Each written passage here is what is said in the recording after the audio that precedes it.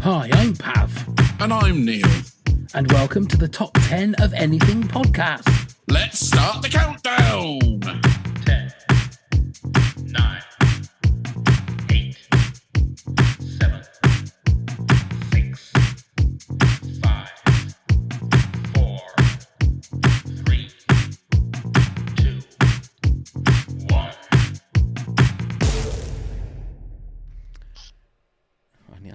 Hang on, 'cause it looks like I'm looking over there. I need to look there. Right. Okay.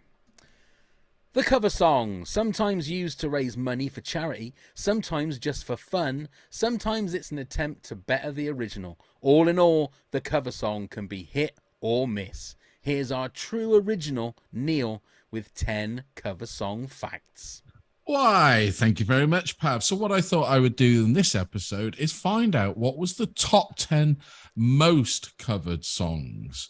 So here we go. At number 10, And I Love Her by the Beatles. At number 9, Hallelujah, originally by Leonard Cohen. At number 8, Ain't No Sunshine, Bill Withers. At number 7, Bridge Over Troubled Water, Simon and Garfunkel. At number 6, My Way, Frank Sinatra. At number 5, Eleanor Rigby, The Beatles. Number 4, Billie Jean, Michael Jackson. Number 3, Love Me Tender, Elvis Presley. Number 2, I Can't Get No Satisfaction, The Rolling Stones. Here comes the tickle monster. And can anybody tell me what the number 1 most covered song is?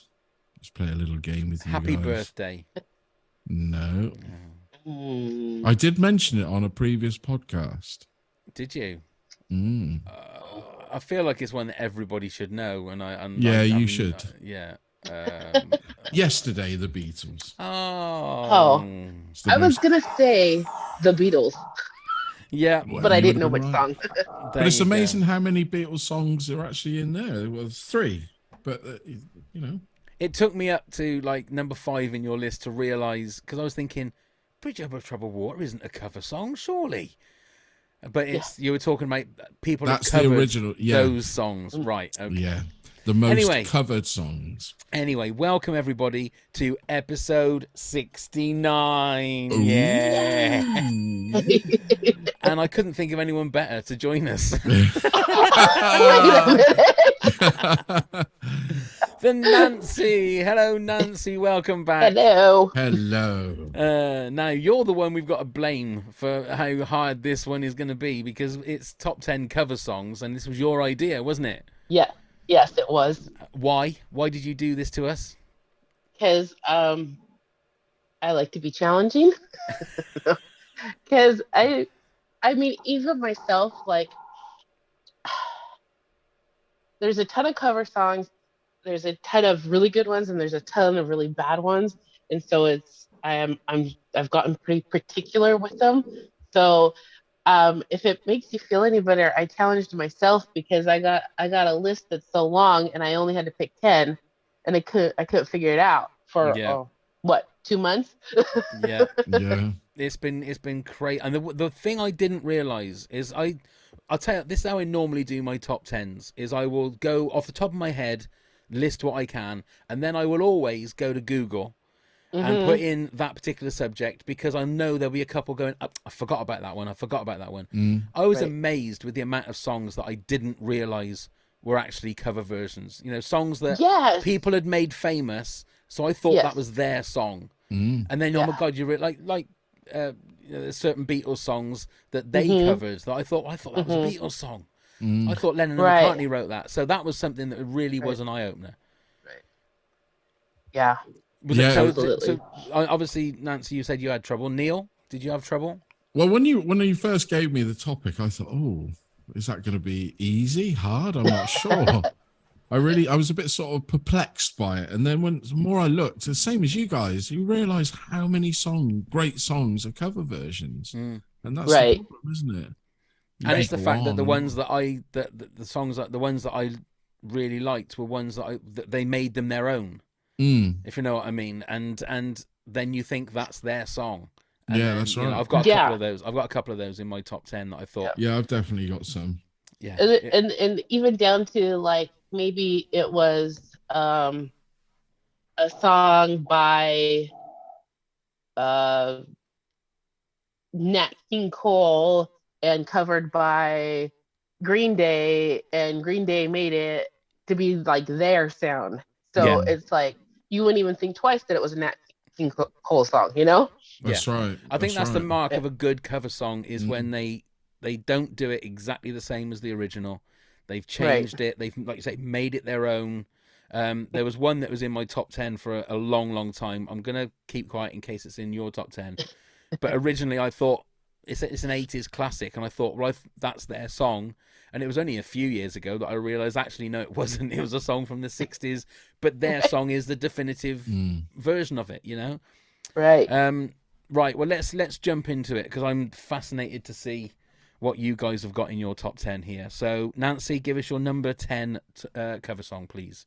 Um, my number 10 is a song called How Soon Is Now, covered by originally by the Smiths and covered by a band called Love Spit Love,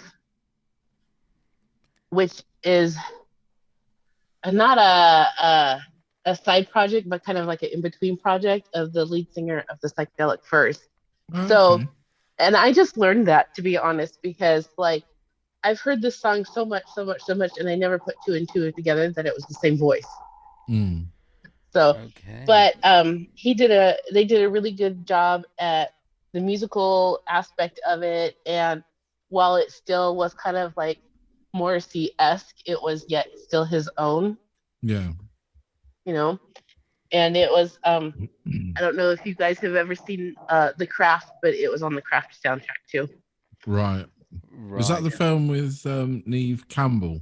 That was it. The Craft? Yes, I believe she was in it, and it was about the group of witches. That's They right. were like That's all in a high long school. time. Yeah, long Yeah, time since I've yeah, seen that. Yeah.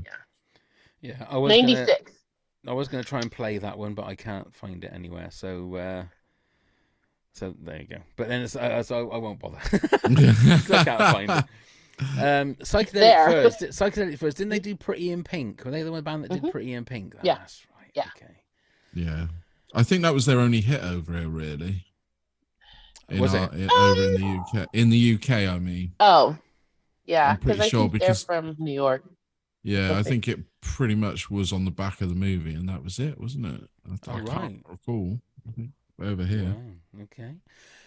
Okay then. Go on then, Neil. You're number 10. So I've got a Beatles song at number 10, and it's Twist and Shout. Oh, there you go. Oh, yeah. Yeah. Now I put this in there because I was always a lover of it. I love the video when John Lennon tells them to shake their jewelry up in the higher seats, that the further up seats. But it was a song from my youth. Mm. In my youth, I was it was played a lot where I grew up, where I lived, and it took me a while to realize that it wasn't the Beatles that sang it, as in from hearing it from a young age. But I love their version of it. It's a real So who did the raspy original mix. version? I haven't written that down. Oh, Oh, Neil. Did you? jeez. I mean, Ah, that is I haven't. terrible. I should have written them all Well, yeah, down, shouldn't yeah. I? I mean, to be fair, yeah, you should have done. I To be didn't fair, think about that actually. yeah. But I mean, that was one of the ones that I was talking about in regards to. I didn't think anybody, but then again, in the '60s and that, everybody covered everybody Mm, else's songs, didn't they? It was sort Mhm. of very universal, wasn't it? Elvis did well. I mean, obviously Elvis did nothing but other people's songs, but it always seemed to be a thing that Mm, Sinatra, Tom Jones, the singers would just grab any song and would just sing them, and it'd be on the mm. albums and whatnot. So the Beatles were just as bad. Yeah. Well, I'm saying it's not Yeah. bad either, is it? It just gave them more material to But play when you live. see, I mean, there's still something. I mean, not so much that they release the songs now of cover versions, but when you see a lot of these big bands live, they do quite often chuck in another person's song and do Mm, a cover Mhm. of it. They really do now. yeah. It's quite often on the encore or something. They do something completely out of the blue of these big bands, which I think is great. It makes sense, doesn't it? Mm. It makes sense. Okay, so my number 10 is a Bob Dylan song, and it's "Make You Feel My Love" by Adele. Now, this Adele? one, yeah, Adele, Mhm. yeah. This one very closely. There was this one and another one that were changing, and I sometimes part of me thinks that I should have put the other one in. What was it called again? Sorry, pal. "Make You Feel My Love." Okay. "Make You Feel My Love." It's a very slow song, Mm. very beautiful, and there's two videos that I've watched on YouTube. Now I don't know if any of you guys have seen the videos of Adele in Vegas. Have you seen her doing I some of haven't her? seen any of her I've Vegas seen stuff. No. clips of it. It looks So phenomenal. the end. Have you seen the end bit, Neil? Now I'll put this No. on the video playlist because I keep basically I don't know what song it is she's singing, but she's singing away, and you can see that she gets herself in a position, but it's the last song of the show. All of a sudden, this deluge of like red rose petals fall on her, and she disappears. She just now, obviously, there's a hole. There's a hole in the floor, obviously. Mm. But I was having an argument with one of my daughters because she was going, "Well, she just falls through the floor." But when you look at it, I've looked at it so many times. Just with how quickly she'd have to fall down through the floor. Surely her hair would the gravity would make her hair, or she would move. And it's so seamless. And I've watched it like a 1,000 times now, thinking I can't see where she drops. And it's just fascinating. It's absolutely fascinating.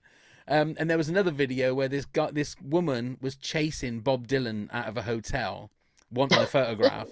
And all of a sudden, so she thought, I've got to get his notice. So she just starts singing "Make You Feel My Love" at the top of her voice, thinking there's going to be this amazing moment where he rolls down the window and goes, "Hey, come here." Right. He didn't give a shit. No, he just, Carry on. they drove off, and she was just left on the sidewalk, just like singing her heart out. Oh, it was so funny. Anyway, Nancy, your number 9, please. My number 9 is "I Will Survive" by Cake. Oh, Originally a Gloria Gaynor song Mm. from 1978. Wow. And that was on their 1996 Fast and Nugget album. I want to say that might have been their second album. I'm not really sure. But I really love the way they took the music and composed it again to make it like their own like kind of style, but yet still hold true to the same like composition in the way the song goes and how Right. how it's sung out and played out. Mm. I will play it a little bit in the background because it's going to be fascinating. Because I'm sure there'll be a lot that you choose, Nancy, that I'll have never heard before. So to hear, and obviously I'm a very lazy listener, but I love "I Will Survive." That's a great song. So to be able to hear it, is. Yeah. but obviously a different version as such. Right. Sorry, I was just listening.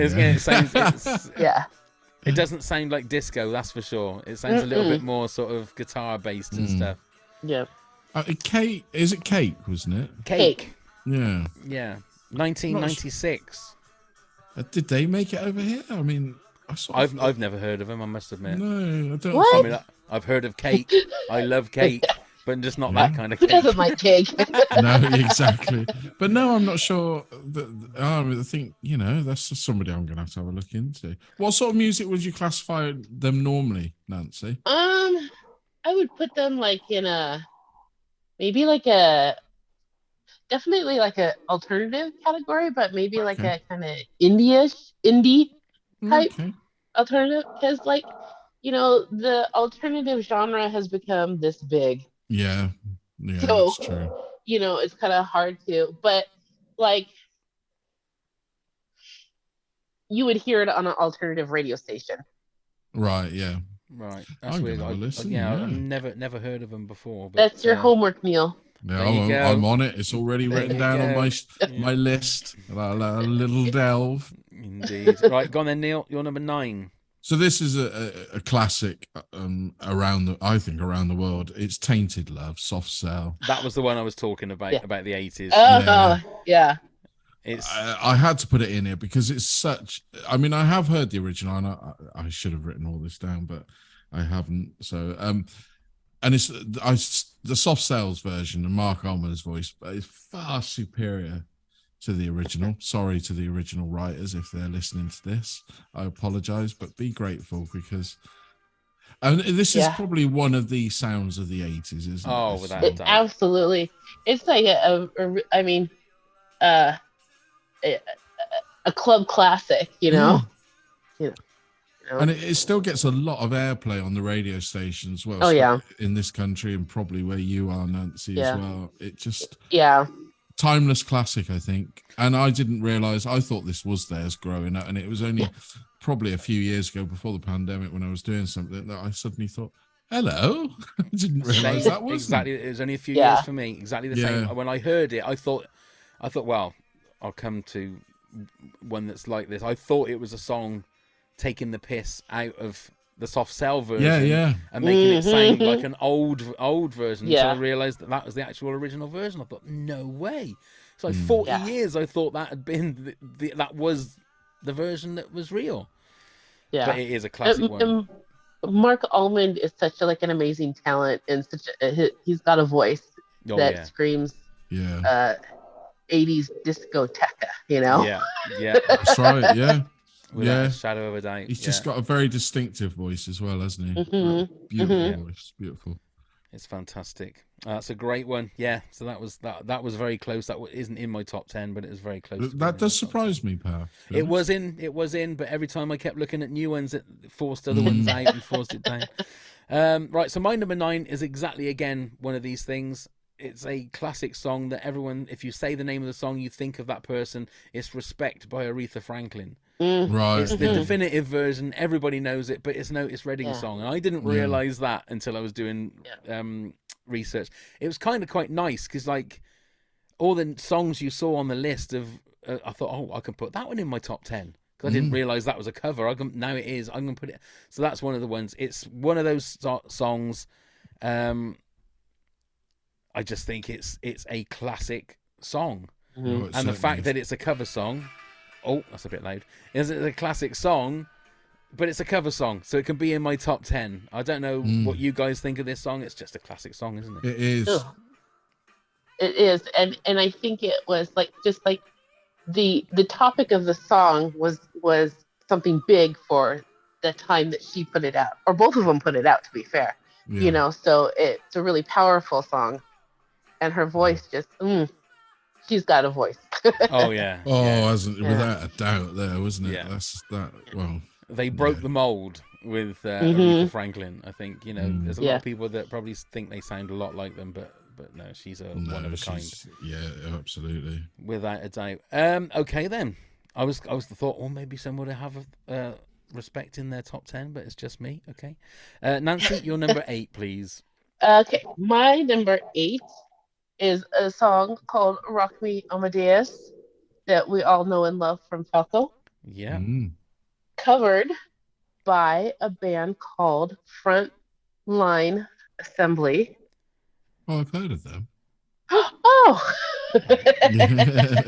I don't really know their music, Nancy, but yes, I really have heard them. So they are they're a bit industrial, they're a bit electronic, they're a bit like EBM.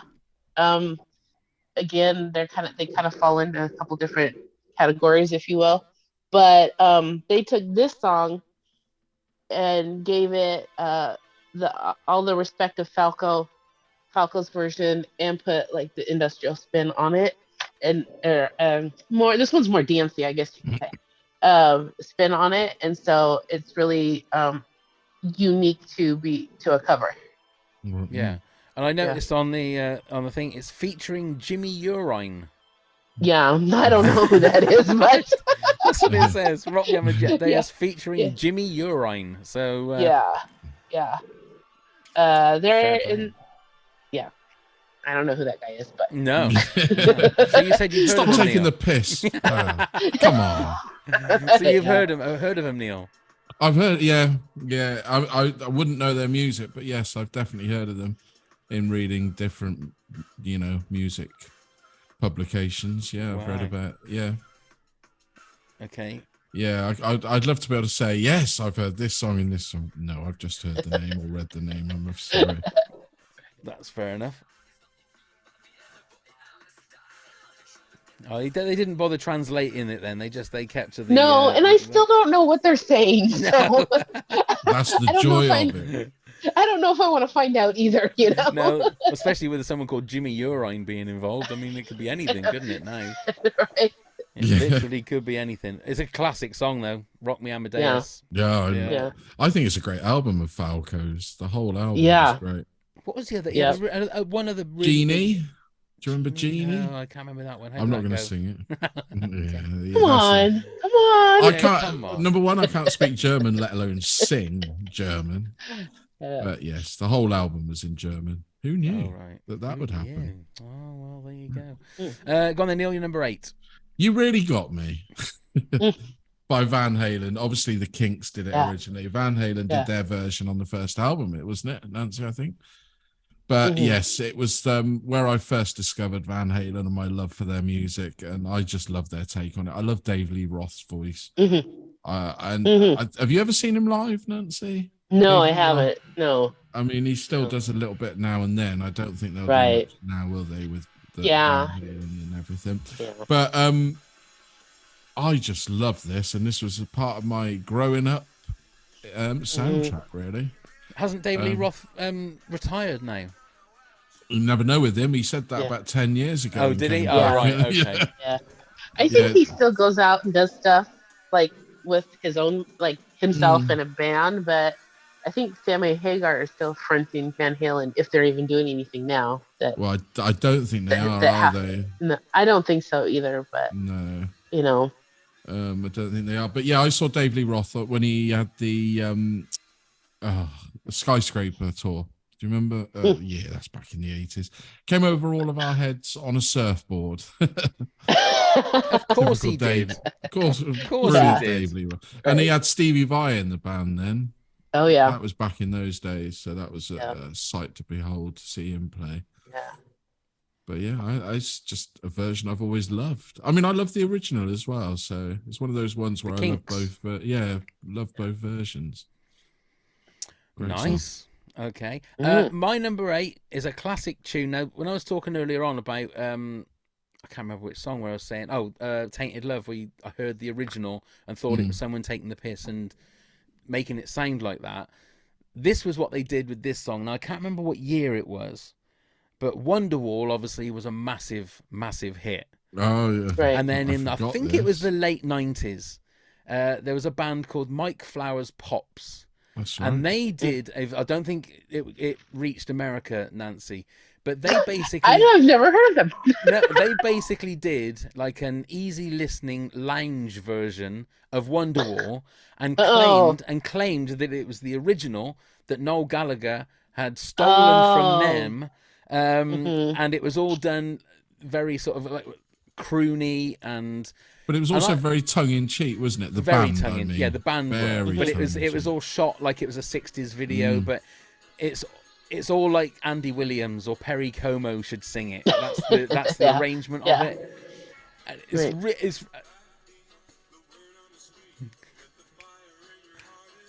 It wasn't long after that it came out, wasn't it? It wasn't. Yeah. I can remember.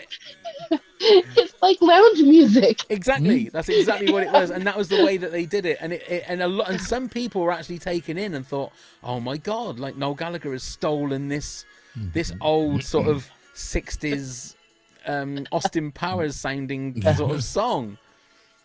But I thought the arrangement was fantastic. It was a really It's a really nice version. They sped it up a little bit. They, like I say, given that lounge music kind of feel to it. Didn't it go to number 1 as well? I think it did. I think it went to number 1 for like 1 week. Yeah. And that showed you the state of our music scene, Nancy, in the sort of mid to late 90s. Oh, But God. and it's got a really good video. It's got a very 60s-ish kind of like Austin Powers. You know indents in Austin Powers when he was dancing with the band. Yeah. It was exactly Yeah. like that. So on the video playlist, you'll be able to see it. It's great. Yeah. But yeah, that's my I'm number gonna 8. thank you actually, Pav, because I'd completely forgotten about that song, Did you? Oh, there that you go, version. see? Yeah, There you go. I'll be whacking that on my playlist. Did they sue the guy for saying that was his song? No, I don't know whether Noel Gallagher sort of thought it was fun or I think he whatever. must have, because there was no animosity. I always No. remember Liam saying something. Was it Liam or was it Noel? Just saying how much they enjoyed it, and somebody Yeah. said they were probably drunk or drugged up, and Yeah, said and- they and think to it be was better fair- than their version. And to be fair, Noel's going to get the money for it anyway, isn't he? He's going to get Right. the publishing Right. rights. So it got to number Right. 1 as far as he's concerned. He probably, it was Right. Wonderwall never got to number 1 in our country. So it did. Really? No. It was at number 2. I can't remember what it Wow. was that stopped it from getting number 1, but that one did. I'm pretty sure, like Right. Neil said, I think that did. Yeah. Right, go on then, Nancy. You're number 7 then, please. Number 7 is a song called Funky Town, covered by a band called Pseudo Echo. Pseudo Echo, yes. 1985. Yes, I know Yeah. this one. Originally done by Lips Inc. in 1979. I want to say that this whole album, the Pseudo Echo album, is like one of the first cassette tapes that I ever had, and I still have it to this day. Wow. With nothing to play it on, but No. and I just like fell in love with this song. This is like what like really got me interested in the band, because like in 85 I was just like 10. So, I wasn't listening to a whole range of music. I was still kind of listening to the mom's music, and then I started getting into develop my own musical taste. But I like their sound, their energy, their beat. They took this song that was not even 79, not even 10 years old, and put it back on the map for a while. I don't think they were much popular for much anything else. No, I think they were one of those At least classic here, one hit wonders. Yeah, well, I Yeah. don't think even here. I think it was a massive Yeah. hit over here. Yeah. Because the original, that Lip Sync one, was very disco-y, wasn't it? Whereas this Yes. was Very, more, Yeah. it was right electronic. prime Yeah. in it, yeah, wasn't it? that was more Yeah. electronic, but it's a great song. Yeah. Yeah, without a doubt, that's a good one. The only problem with that song now is whenever I hear it, I always think of Shrek 2, Oh right, okay, when they go into the far Yeah. away. of course, yeah. That's Yeah, I wrong, didn't isn't think it? of that. Go on then, Neil. You're number 7. So, Smooth Criminal by Alien Ant Farm. Oh, I really enjoy this version of Smooth Criminal, and it grew on me a lot more. I went to there's a rock festival in this country, Nancy, called Download, which is quite a big event. Got Metallica there next year, playing 2 nights. Ooh. But they played, and I was very with the rest of their set, and then they closed with this one, and they did such a good job of it live as well. Yeah. And I really enjoy it. It's got a bit more spunk to it, hasn't it? A bit more Yeah. to it than Michael's version. Did they do the tilt on the stage like Michael did? I was a bit far away. I couldn't really see. They were a bit of a dot in the distance. Because I think in that video for that song they do. Oh, do they they? certainly I'm not do. sure though. Yeah, I'm they not do. sure though. I think in the video Yeah, they do. They do. It's around the time it's on the pavement, isn't it? Yeah. They do it, and I think they all do it as a band, if I'm not mistaken. Because at one bit in the video, he sat there with a chimpanzee on his lap, isn't he? Bizarrely. Well, Obviously that'd be Bubbles, Bubbles, wouldn't it? That'd be yeah. Bubbles, yeah. Yeah.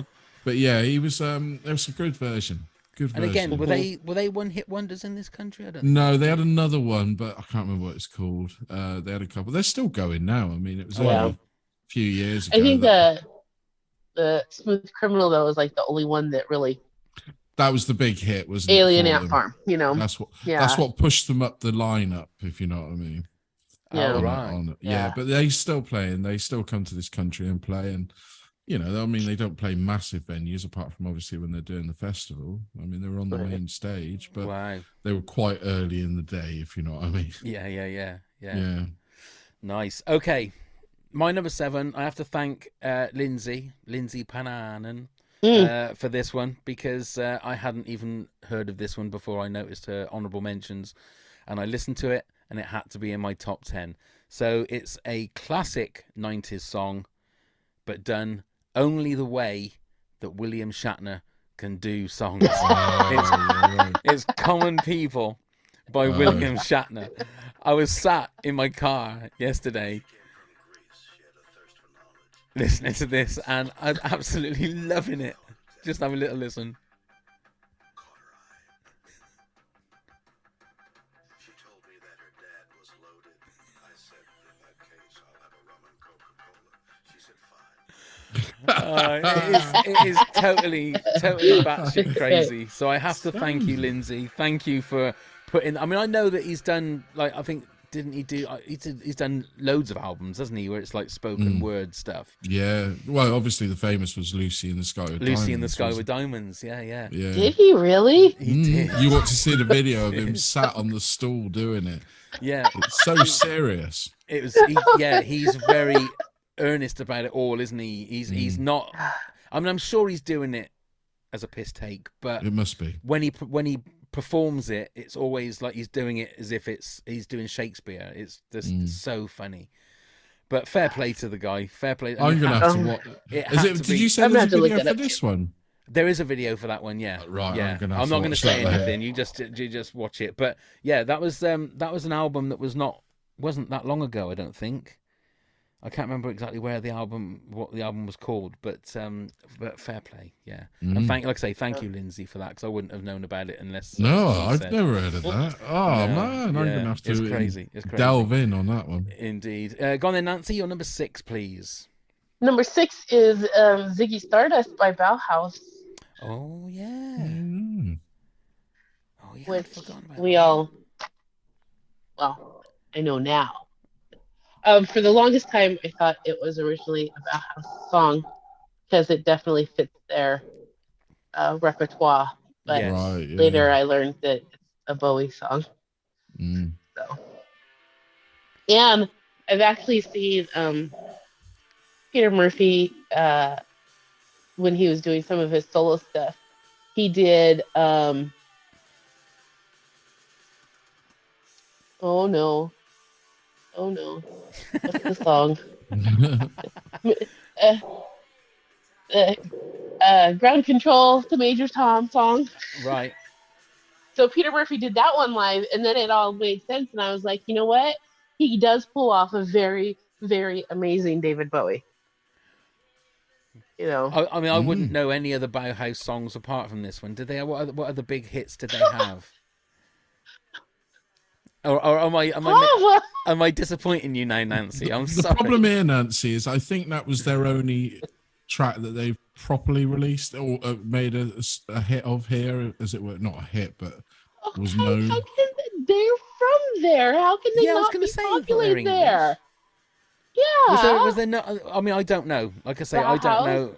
What are the songs? What are the songs? Bela Lugosi's Dead. And they did Stigmata, and they did no, they definitely have Bela Lugosi's Dead here. Bela Lugosi's is theirs. And was there not a gothic scene in London in the 80s? There's a gothic scene still going, Nancy. Yeah. She's in parties. That sounds familiar. She's in the parties, yeah. That sounds familiar. But the thing is, I don't think myself or Pav were really in the goth scene. I mean, I like a few of the goth music. I definitely wasn't in the goth scene. No, and I was too busy prog rocking it out somewhere, probably. Right. Yeah. I do love The Cure, so yeah, I never look good in eyeliner. That's the thing. I never look good in. You don't have to wear eyeliner, don't you? You do in this country. You don't have to. It's the law. But you know, I know a lot of guys that did. I mean, to be fair, I've got lovely eyelashes, so it probably would have made my eyes pop if I'd have had eyeliner on. You know, I would have been just perfect. have to get those big boots, pal. And a long, all the blue and purple eyeliner we wore in the 80s. See, it would have been great. My God, my eyes would have just popped. They really would. Okay, then. Neil, number 6, please. So I think this is the definitive version of this song. Now, it was originally done by John Lennon, Jealous Guy. I prefer the Roxy Music version. Even though I'm the biggest fan of John Lennon, and people who've listened to this podcast will hear me praise it, but I do think Brian Ferry's voice and this song, I didn't realize when I was younger. What year was this? 81 was it? This would have been just after John Lennon got killed. Yeah. So 81, yeah. Yeah. So yeah, I originally thought this was him, as in this was Roxy Music's song. It was another one, and didn't take me long to find out and realize that I had made a big faux pas. But yeah, I love this track, and I've still got it on vinyl, the original single in my collection. So, yeah, There is. I've often wondered, is Brian Ferry underrated? Because nobody ever seems to talk about him anymore. Yet he's unique. Yeah, well, they've been back on tour. Roxy Music have been back on tour. Yeah. Really? How does he sound? I don't know. I haven't heard it myself. I really haven't. I was just wondering because obviously there seems to be a spate of a lot of these older rock and pop stars that sound awful now.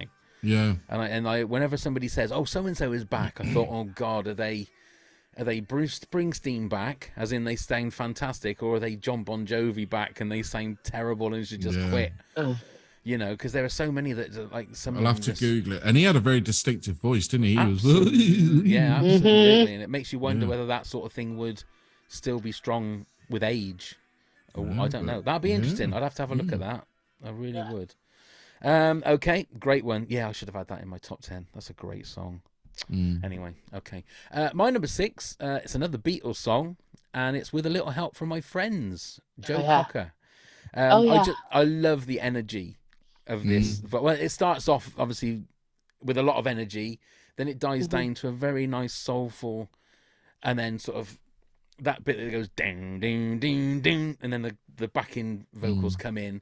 It's a great version, and Joe Cocker just seems to me to be just a mad singer. He's just he makes those flailing everywhere, crazy facial expressions as he sings as well.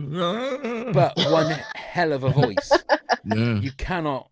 You cannot. Yeah, the guy has just got an amazing voice, and I've never really heard a lot of his stuff. Probably just his hits. He did the songs from what was the movie? Oh, Officer and a Gentleman. He did, yeah. It's just it's some great tunes, but they used that version for the Wonder Years, I think. That's right. Yes, they did. Yes. Oh my God, I'd forgotten about that. That's right. And I love those songs where it's got like the high powerful women's vocals in the background. It's like Gimme Shelter, Rolling Stones, which is they've got the powerful singing in the background of that. And I will say I prefer like what would you call like a somber and serious version of this song rather than the jokey Ringo version. Yeah. You know, and I don't know. It's one of the weaker of the Beatles tracks, really, isn't it? As in their version of it. It is. It is. And I can see you can see the humor in it because obviously the lyrics are very humorous, but I think the power of it that Joe Cocker makes it a completely different song and so much better for me. But I'd highly recommend anybody that hasn't watch him be on YouTube somewhere. Him singing it live. I will put it on the video playlist. So all our Patreon, isn't it? It really is a powerhouse of a performance. Every time he does as well. That screech as well. Crazy. I think it's this bit in it.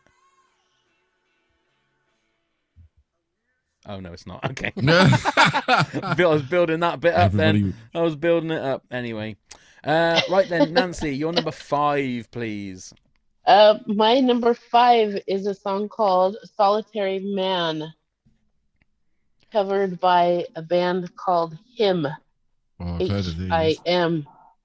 Have you heard of them? I've heard of the Him. Yeah. Oh, okay.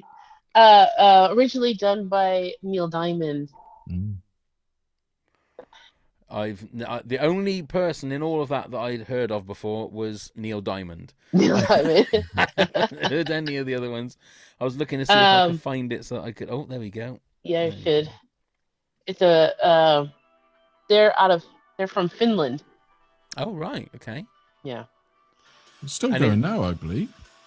They still actually, the lead singer has been doing some solo stuff, and so Right. I think he's on tour right now. I don't know much of what the other guys, Mm. but I when they did their first U.S. tour, they played the Whiskey a Go Go in Hollywood, oh, Right. right. and in the 60s and 70s, if you played the Whiskey, even the 80s or till now, if you played the Whiskey, you played the best venue you Mm. could in all of California, and they have a balcony area and stuff like that. And I can remember being at this show, and there was my friend that was with me on one side and this other guy on the other side, and he was probably a little bit older than me, but between me and that guy were the only two that knew what that song was, because like I grew up on Neil Diamond with my mom or whatever, Mm. and I instantly felt kind of old Oh, because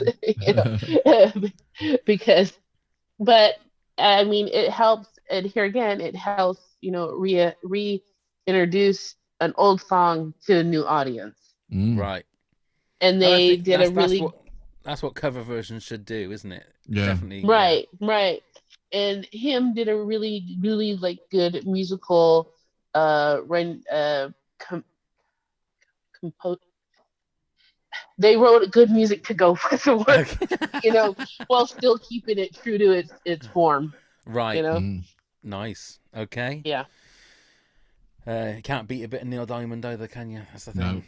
He's No. he's he's a songwriting machine for a start. That guy. he was. It was Yeah, he absolutely Oh certainly my crazy. was. gosh. Absolutely Yeah. crazy. Go on then, Neil. You're number 5. So this one is a cover version that features the original band in the cover version. It's "Walk This Way" by Run Oh DMC. yeah. Yeah. I mean, I love the original, but I love the Right. spin that Run DMC do on this. Yeah. I'm not impartial to a little bit of the old school rap bands anyway. I do still enjoy a few of them, but I just love this, and it was sort of like revolutionary. That's when Yeah. how old was I? It Oh was like yeah. 86. It was like, It's you don't put rock and rap together. How dare you? right. But Right. little did we know how well it worked. And it took two different genres and meshed them together and Yeah, made it work, yeah, and kind of like united, like a united front, if you will. Like, just because you like rock and roll doesn't mean you can't like rap and hip that's hop and right. vice versa, Yeah. and stuff like that. Yeah. And Run DMC is like on the map. Like, they're one of the Mm, forerunners of the genre, yeah, if you will. You know? and it, Yeah. it revitalized Aerosmith's career as well. Oh yeah. I mean, Oh yeah. they nearly ruined Yeah. their own career, didn't they? So what year was that? That would have been This one would have been 85, 86. 85, 86. So how Yeah. long how long had Aerosmith been going Oh, in since sort about of 85? if you think Dream On's like 77, I think Yeah. 77, 78. Yeah. I didn't realize So- they'd Yeah. been going that long. Yeah, They've been sort going of like about nearly 40 70 years then. Yeah, about 75, I think they sort Wow. of took off, maybe a little bit earlier. Yeah, they've been going a while, but that was in the period where their their excesses had overtaken Oh, yeah. what they were doing. So their career was almost fucked, to be honest. Oh, excuse me. Right. Sorry. Nancy, excuse my language. What? Was almost over. Oh, that slipped out. That one was almost. What? Yeah. 1971. There you go. 1975. 1971. Well, their first album came out in 73, 73, Right. there you go. 74. So it is So- like 40 years next year then that they've been 40 years. together. Yeah, Yeah. because I've got Yeah. a T-shirt. No, 50 of- years. Yeah, and I saw them a That few is years. crazy. In 2017, I saw them. Yeah. When they did their tour, and they haven't lost it. So when was the way. last time they toured? Was that the last time they toured? So I No, wondered they what- I did wondered- some more like American dates, but obviously the pandemic, and we don't Oh, know of whether course, they'll yeah, come yeah, back yeah. and everything. But yeah, phenomenal. And Steven Tyler's voice just doesn't seem to want to give up, does it? It just goes on. No. Yeah, I think it's And amazing. like he should have no vocal cords left No, exactly. No. with all the drinking, the drugs, and the singing. Yeah. You know. That's the thing is like somebody, and especially with how he sings, Yeah. He's singing, he's screeching it out at the top of his range. You know, nearly And when I every saw song. them, it was a 2.5 hour set easily. Yeah, that's They crazy. did. That is crazy. Yeah, Yeah. and he still moved like he was like, well, he moved a lot better than I did. Let's put it that way up on that stage. But yeah, phenomenal. And it's a great song, and it was great to get them back because then they followed it up with the, you know, the album Pump and everything that came out not long after And that. that was easily my first exposure to Aerosmith. Like I Right. might have heard something before but not Mm. recognized it, because Yeah. if you look at their early stuff compared to everything that happened after that song, it's very different. Very, yeah. Very different, you know. Mm. Yeah. So Yeah, that's, I mean, that's longevity for you right there, isn't it? Absolutely. Okay, Yep. my number 5. This is already was covered many times. I'm surprised it wasn't on your top 10. You know, your top 10 songs that have been covered, done by Elvis, Willie Nelson. But the version I'm using is Pet Shop Boys, Always on My Mind. I yeah. have spoken about this one before. I think on the 80s songs or Yeah. whatever it is, but it was a Christmas number 1, if I remember rightly. Was it? I'm pretty sure it was, because it always it definitely came out at Christmas time, because they made it into that they said it was a Christmas song. Well, it obviously isn't a Christmas song, Right. but I'm pretty sure it was a Christmas number 1. 80, What year was it? 86, 87, something like that. Yeah. We're gonna have to look, but it's a fantastic version, and again, Pet Shop Boys just always seem to deliver. The Pet Shop Boys, you know. I don't think there is a Pet Shop Boy song that I don't like. Yeah. Because they're all good and they're all catchy and they're all some, you know, stuff. And his voice is so unique and so amazing. Like there's nobody like Neil Tennant, you know. No. And a great first name as well. Great first name, Neil. Yes, indeed. Yeah. And I can remember. Don't sound so impressed, Nancy. I used to get the pop magazine Smash Hits. Yeah. In the 80s, and he used to be either the editor. He was of one it. of the editors. Yeah. Yeah, and then all of a sudden, I saw him on a children's show doing West End Girls. And I thought, I recognized that name, Neil Tennant. Yeah. And obviously quit being a journalist and started being a pop star and never looked back. Is that a proper song for a kids show though? What's that? What, West End Girls? No, probably not. But they used to do that, but we had no idea, did we? No, I know. You wouldn't think about it, would you? But yeah, no, it was, I was just saying talking to somebody the other day, and I was like, you know, the songs that I listened to when I was younger sound a lot different than they do now because I know what they're talking about. Exactly. You know, and like our parents let us listen to that. It was okay. But yeah, because you didn't understand what the words were. Right. So, you know, it was like, you know, I mean, I was when it was Frankie Goes to Hollywood and Relax. Yeah. Right. When it's all about suck it to it and all this thing, and when you want to come and all. I mean, to be fair, I was 16 at the time, but I had led a very sheltered life, so I had no idea. You must have been a bit wary of it because they banned it, didn't they? Well, they banned it, but then they didn't sort of explain why it was banned. So you knew something was naughty about it, didn't you? But you didn't. I didn't understand what they were.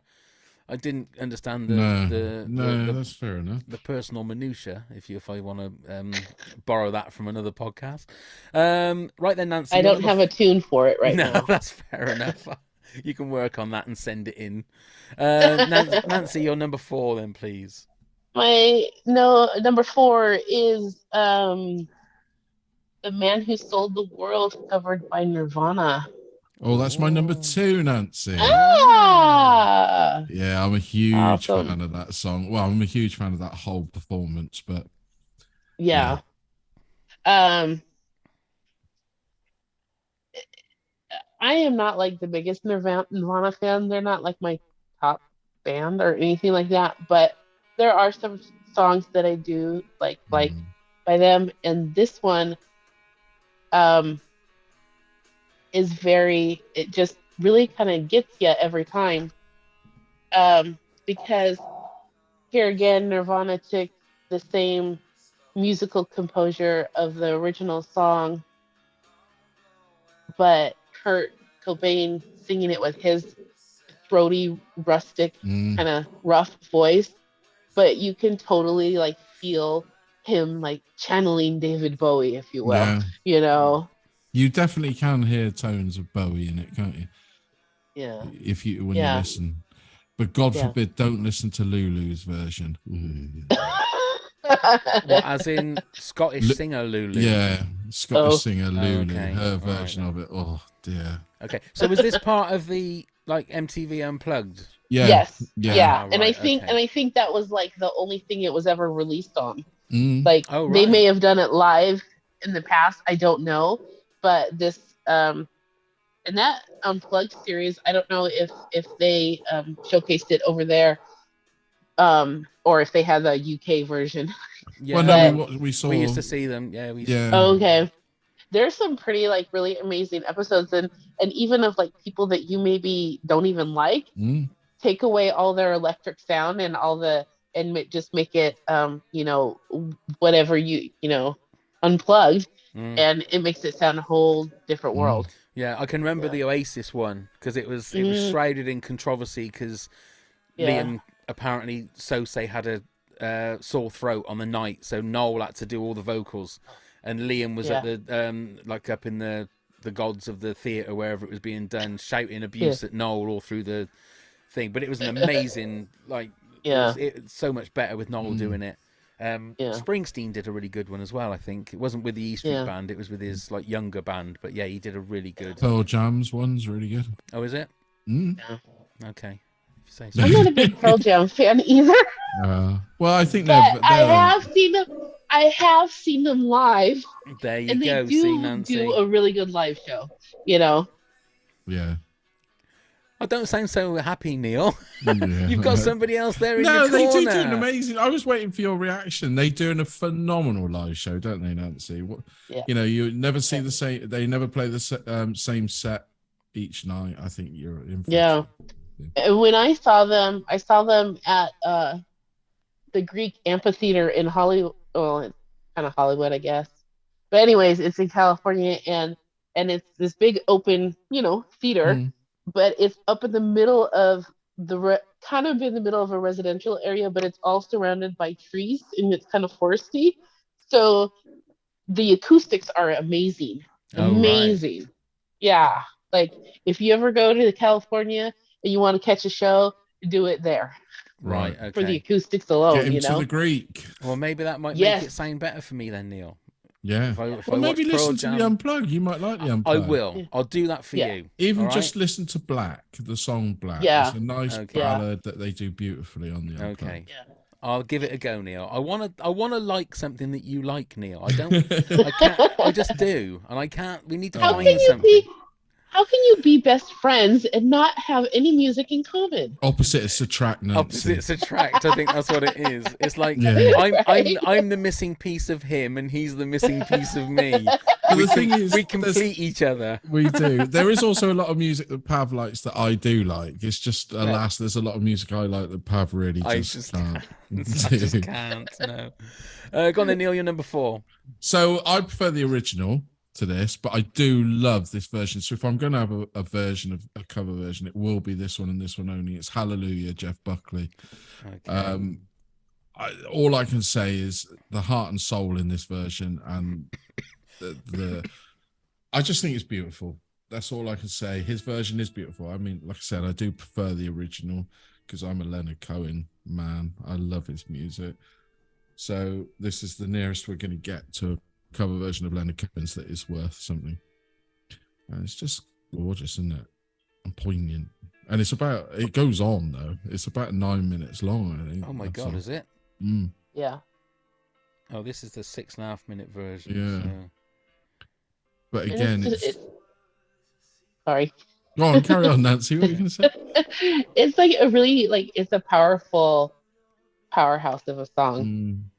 you know. And it's sad because what a sad loss of life with Jeff Buckley. You know, he was so talented and his guitar playing was gorgeous. And another song that is featured in Shrek. It is, but is not... it this version that's No, in Shrek? I'm not sure whose Or is it the version Leonard Cohen version? No, it's not the Leonard Cohen. It might be what's his name, Wainwright's version. Ah, right. He Okay. did a version. Was it Rufus? Yeah. Wainwright. He did a version. Okay. It might Oh, be I didn't his. realise that. But I don't. I find him a little bit dreary. His Who? voice. Rufus Wainwright. I find his voice a bit. I don't know what it What? is And about not him. you don't find Leonard Cohen's voice dreary? No, but then I grew up with Leonard I Cohen. don't mean to be listening. nasty, so I wasn't trying to be nasty. I like. Do you know? Here we go. I like the deep, raspy voice. I really like the deep. I know and you it sort do of does now. something. That's to me. why you like me so much, Yeah, isn't I it? Because of do. the deep, raspy voice. So much so that I like Lee Marvin singing in "Paint Your Wagon." Oh, I was born under a wandering star. Oh, and I just think there's something about that that's really nice. There we go. Okay, But fair there we go. enough. We know your kinks now, Neil. So you Yeah, gotta be deep careful. voices. So any ladies with really deep voices come my way. Yeah, okay. Okay, my number 4. It's Nancy's gonna start speaking really high now. Or really low. Or really Yeah. low. Hey. Yeah. Carry that on, Nancy. Carry that on just for a Okay. minute. Yeah, just for We'll a talk minute. later. Yeah. We'll- Okay. Yeah. Oh my goodness me. Things could start getting a bit messy if we don't move on. No, not live on the podcast. Not again. Not again. I said later. Yes, Yeah. we'll do it. Yeah, we'll stop recording. You can get on with it, and I'll just watch. Fine. Wait a minute.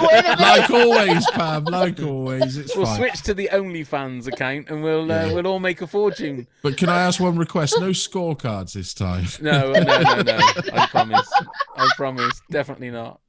Okay. My number 4 is a Prince song. And this was one of the ones that had one of those really emotional videos.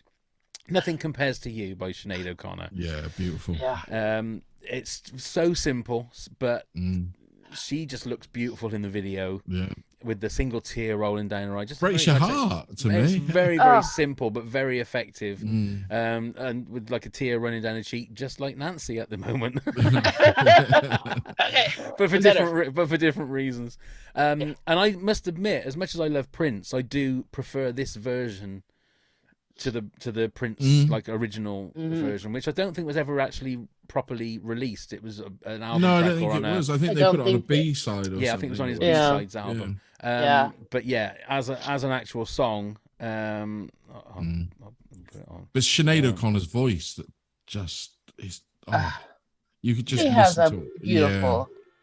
beautiful, just- and like she could make a happy song sound sad. Yes, You know. absolutely.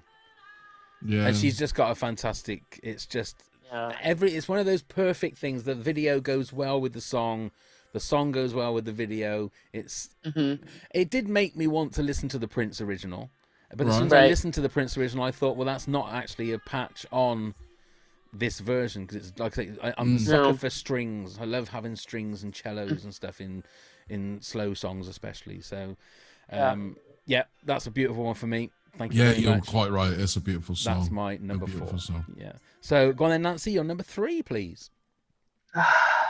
My number 3 is "Sympathy for the Devil," covered by Jane's Addiction. Oh. Ooh, I thought you were going to go GNR, Guns N' Roses. 'Cause they did it as well, didn't they? Yeah. Yeah, but I can understand why. I can understand. yeah, why. yeah. And that's probably no. I don't think I didn't hear the Rolling Stones original first. I heard another person cover it first. Mm. So I already liked the song in and of itself, but I really love Jane's Addiction, and there's something about Perry Farrell's voice that is unique and distinct, and he has a pretty decent range on him too. So there's actually like 2 versions of the song that they did, and one is the one that's closest to like what the Rolling Stones did, and then they did another version that was on the Sons of Anarchy soundtrack, Oh, right. Okay. and it was kind of more a little not I don't want to say like countryish, but kind of like twangy-ish and like slower and drawn out, and and just very unique. They're both really good versions. So, you Mm. know, you could put both of them on a playlist and it'd be fine, Yeah.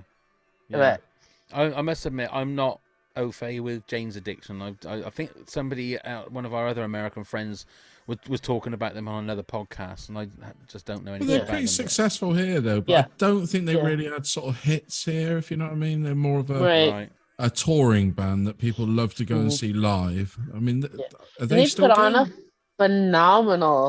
phenomenal live show. They do the Download Festival that I mentioned earlier. They've played there a Yeah. few times and done it Yeah. and been there. I've not seen them because they've always clashed with somebody else, but I must, if they ever play it again, I must go. Yeah.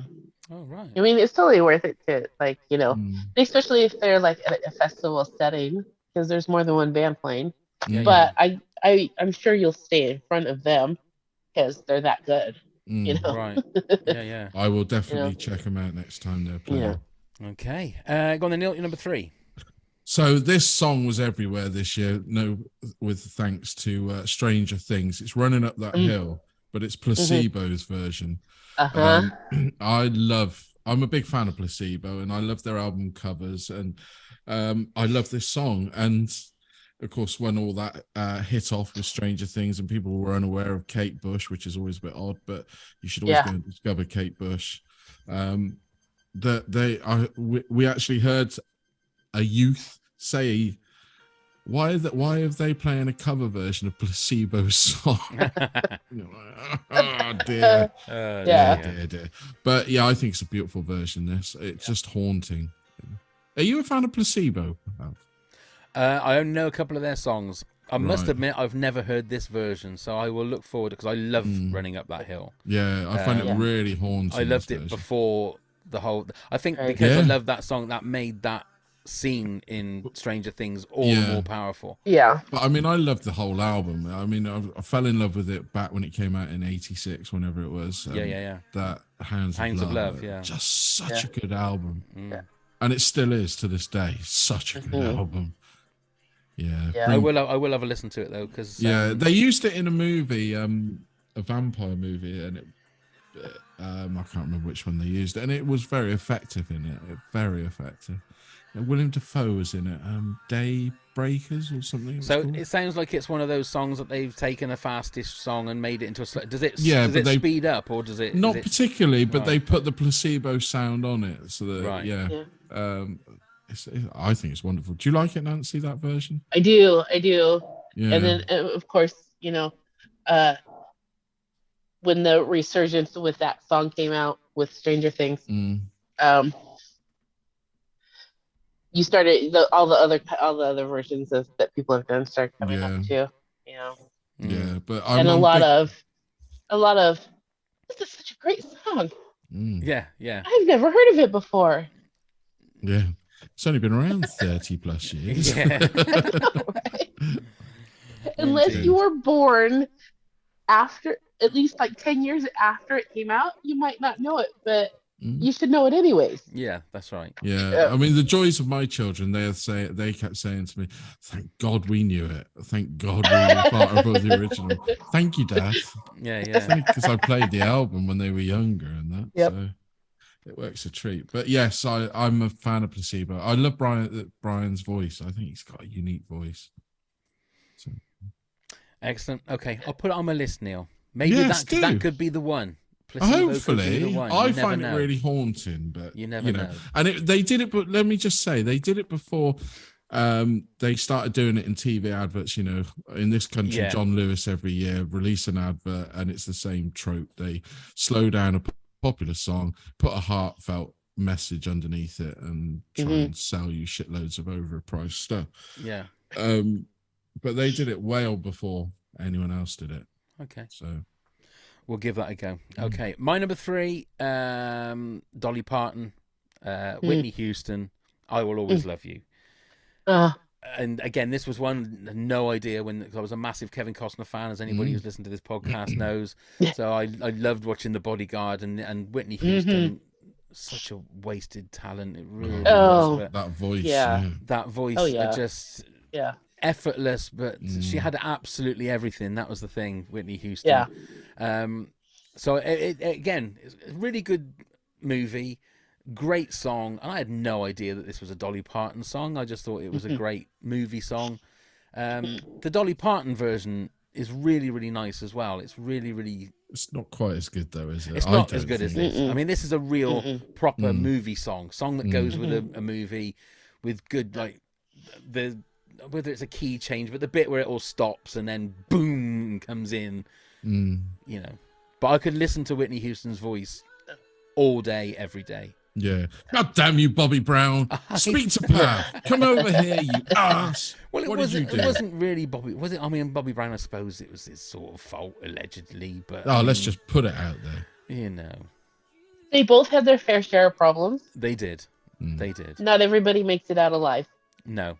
You know, And that's it was an accident, wasn't it? Her demise. She sort of fell asleep in the bath or something, didn't she? I think was the thing. I know it might have been. But it was drug induced though, wasn't it? Yeah. I believe. Yeah, I don't know.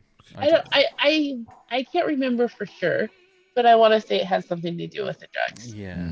Yeah. Well, when we were in LA, myself and Pav, we went on one of the VIP tours. You know, when you go around and see all the famous people. They drove us past. They drove us past that hotel and said, "That's the hotel." There it is. Yeah. And we were, I was Yeah. like, okay. Yeah. Yeah. I mean, the thing is, yeah, go on, Nancy. You can take tours like that in Hollywood, like where people like committed suicide or just died, the cemeteries or people's houses. Yeah. Oh, we did up the ante. Yeah, we went to the Museum of Death, which is on Yeah. Hollywood Oh, Boulevard. there you go. That There was a you lot. go. That was There you a go. laugh a minute. That was riotous, wasn't it? But did you go up to where the Manson murders were? No, we didn't. Up on Cielo Drive? Then Yeah, you no, got to we go didn't. back. We're gonna have to go back. We're gonna have to go back. That's the excuse I needed. Yeah. Because the house is still there. Yeah. It hasn't been condemned or anything. I don't know if anybody lives in it, I'm not but sure. the house is still there. Was it? Well, Neil, 2024, that'll be 10-year LA anniversary. Yeah, we have a few friends that live sort of in the LA area now, Neil. We might be able to just get digs. Yeah. And I know some people down there too. So we'll just make it a family trip. Yeah, wouldn't that be great? Yeah. And Yeah, then absolutely. you could talk in your low voice to Neil, and I could just go off into a bar somewhere and leave you peek through the window. Peek through Nancy the will window. be gosh. Nancy will be hoping she gets a cold before she flies out, so her voice is really deep and gruff. Anyway. 2024, I think we should have a return business trip. Well, yeah. I don't think my missus would really like that because that's our 30th wedding anniversary. Yeah, I don't think my bank balance would like. What a better reason than to go to LA. I know. Well, Yeah. we're saving up to go to Florida. That's the trouble. That's the thing. Yeah. So I don't think we we might have could to do push both. it a year then. We do might have to push it again. 2025. Yeah, go for another business trip like we did. Yeah, well, of course we will. We've got too many people we have to go and see. Indeed. Absolutely. Indeed. We just need to win the lottery, Neil. That's what we do. Oh, And we then keep we'll be trying. fine. We do keep trying.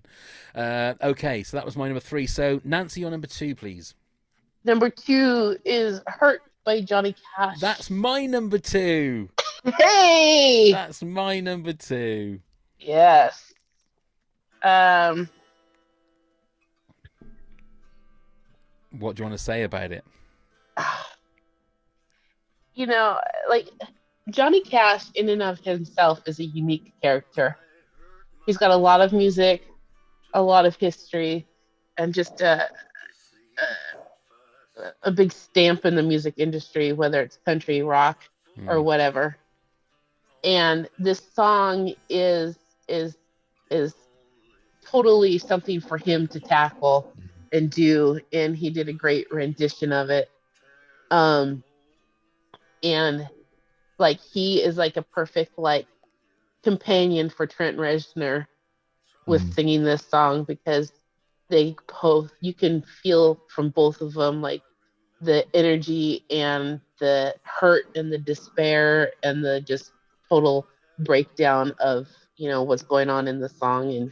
And he can make it sad and depressing too, you know. So, you know, I think and then just the guitar playing. Oh, yeah. You know, It's weird because, like I was saying about people like John Bon Jovi and that, where their voices have gone, and Johnny Cash has got one of those voices that you know who it is as soon as they start singing. But Right. because he's so old and sort Yeah. of almost frail and sort of almost at death's door, it is Yeah. perfect for singing this song. If it had Yes. been him singing the way he sings Ring of Fire, it wouldn't Right. work as a song. No, it wouldn't. But No. because he's No. like fragile and sort of like he's had his life, it just the emotion in the song is Yeah. perfect. I'm not a Nine Inch Nails fan. Again, there's another one of the bands. What? Yeah, it's another one of those bands that I don't understand. I've listened to some of their song, and it always feels to me like there's a chord that's out of tune in every single song Yeah. of theirs. So I don't understand it. I don't get it. In my very simple and neat and tidy brain, there shouldn't be like a little quirky note or something. Mm-hmm. But this song is like Yeah. it is heartbreaking, and the fact and the video as well. I think we spoke about it on Oh, our yeah. top 10 music videos, didn't we? We've spoken about it quite a lot on here. I think it Yeah. came up in the movie songs and all sorts. But I mean, I'm not going to spoil it. No, Yeah, no, don't. I could, yeah, but it's his voice in it. It just is. sums up the title of the song. Absolutely. And that whole album is amazing. Mm. You know. Yeah. And some of the songs that I think he did a Depeche Mode song too. Oh, did Like, he? yeah, He did Personal Jesus. Was that on that Yeah, of album course or he was that the did. one after? It's on one of those. Yeah, because albums. he did the two, Yeah. didn't he? He did the one with her on, and then whether it's on one of those. Yeah. They're both beautiful albums, aren't they? Yeah. They're just Very Yeah. good. Okay, so And- Neil, your number 2 was Man Who Sold the World yes. by Nirvana. My number 2 was Hurt, Johnny Cash. So before we reveal our number ones, Nancy, do you want to give us a rundown from number 10 to number 2? Then Neil will do the same, and then I'll do the same. So number 10 is How Soon Is Now by Love Spit Love. 9, I Will Survive by Kate. 8, Rock Me Amadeus by Frontline Assembly. 7, Funky Town by Pseudo Echo. 6, Ziggy Stardust by Bauhaus. 5, Solitary Man by Him. 4, The Man Who Sold the World, Nirvana. 3, Sympathy for the Devil by Jane's Addiction. And 2, Hurt by Johnny Cash. Wonderful. Go on then, Neil. You're 10 to 2, please. So at number 10, Twist and Shout, The Beatles. Number 9, Tainted Love, Soft Cell. Number 8, You Really Got Me, Van Halen. Number 7, Smooth Criminal, Alien Ant Farm. Number 6, Jealous Guy, Roxy Music. Number 5, Walk This Way, Run DMC. Number 4, Hallelujah by Jeff Buckley. And number 3, Running Up That Hill, Placebo. And number 2, The Man Who Sold the World, Nirvana. Nice. And mine is number 10, Make You Feel My Love by Adele. 9, Respect, Aretha Franklin. 8, Wonderwall, Mike Flowers Pops. 7, Common People by William Shatner. 6, sorry, it's Shatner, isn't it? Shatner? No, he was just standing on her. 6, With a Little Help from My Friends, Joe Cocker. 5, Always on My Mind, The Pet Shop Boys. 4, Nothing Compares to You, Sinead O'Connor. 3, I Will Always Love You, Whitney Houston. And number 2, Hurt by Johnny Cash. So, Nancy, what is your number 1 cover song? Well, my number 1 is a Beatles song. Oh, So I didn't want you to think I left out the Beatles on my list. But, Hav, if you did your homework from a previous episode, then you may have heard this song in your findings. go on then. It's I Am the Walrus by Oingo Boingo. The Oingo Boingo Band. And it is like, so my mom has that album on a vinyl. I still have it over here. And when we were kids, she'd play this. I loved this album because it is so, the Magical Mystery Tour is so insane. And it's like clearly when they started using drugs or heavily using drugs. Yeah. And it's just so ludicrous and out there. But my sister and I would sing I Am the Walrus all the time. Because, the lyrics are just ridiculous. And so, with that being said, if you're an Oingo Boingo fan, or if you've listened to them before, then you know that this like cover like totally fits into their repertoire of sound and lyrics and music in general. And you know, Danny Elfman is Danny Elfman, and he is like a mastermind in the musical category altogether. Yeah. You know, Fair play. Cuckoo. Cuckoo, indeed. Yeah, Cuckoo. Jim Carrey did. Well, I can't remember what the name of the album was, but Jim Carrey did a version of "I Am the Walrus." As Oh, well. he did. What was that? It was like a Beatles sort of redone tribute, thing, wasn't it? That With loads of loads of- different people came into Abbey Road and did. Because I think Phil Collins did a version of like "Golden Slumbers." That's right. And Carry That Weight and stuff. I can't remember what the album was, but yeah, Jim Carrey did a really good version of. Christ, I remember Really that. did like he Jim carried it up. Definitely, that's a great one. Okay, go on then, Neil. I think we know what your number one is. Yeah, no surprises. It's Hurt, Johnny Cash. I mean, I pretty much said what I needed to say when you guys were talking about it.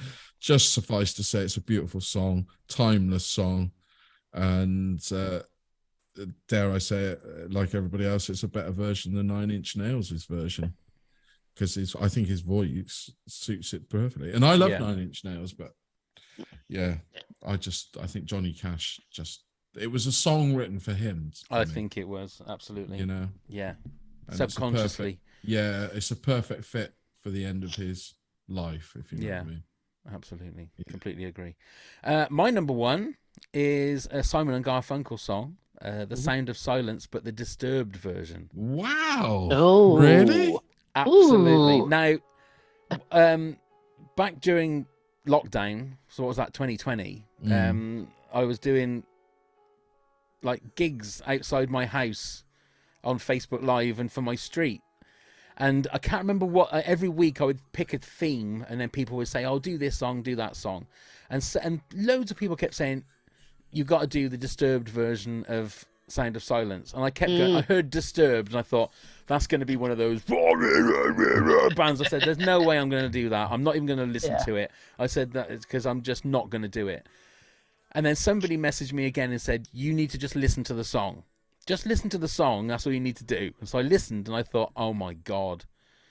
I said, I don't think I'm going to be able to sing it, but what an amazing version. So then the following Sunday, I thought, no, bollocks to it. I'm going to give it a go.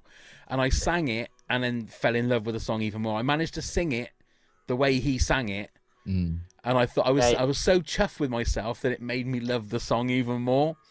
So much so that now, just as a little plug, on my TikTok channel, which is Pav Sings, I have got a version. I've done a version sat here singing it as well, so you can go and have a listen to that.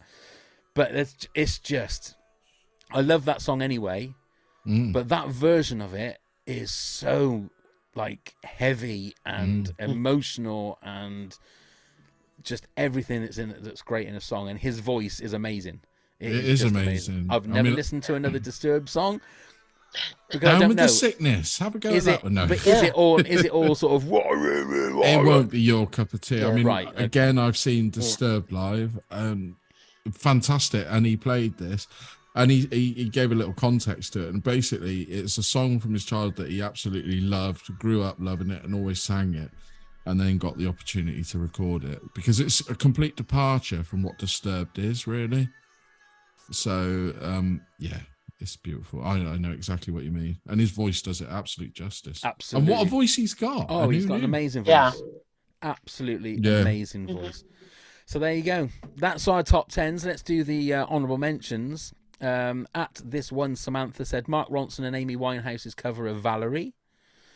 At Liz Sullivan Hogg, A Little Help from My Friends by Joe Cocker.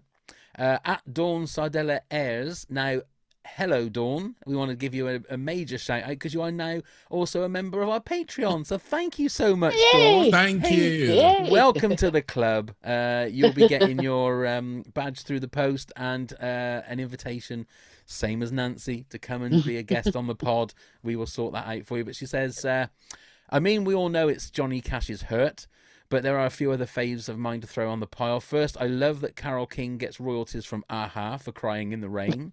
Yeah. Cake, I Will Survive. So they did a Mm-hmm. version of I Will Survive. No, what was the one? No, that was the one that you said, wasn't it? Yeah. Yeah. Higher Ground for the Red Hot Chili Peppers. Right. Jolene, Mindy Smith featuring Dolly Parton. And how could we forget that song that brought on the whole let's take an 80s synth pop song and slow it down?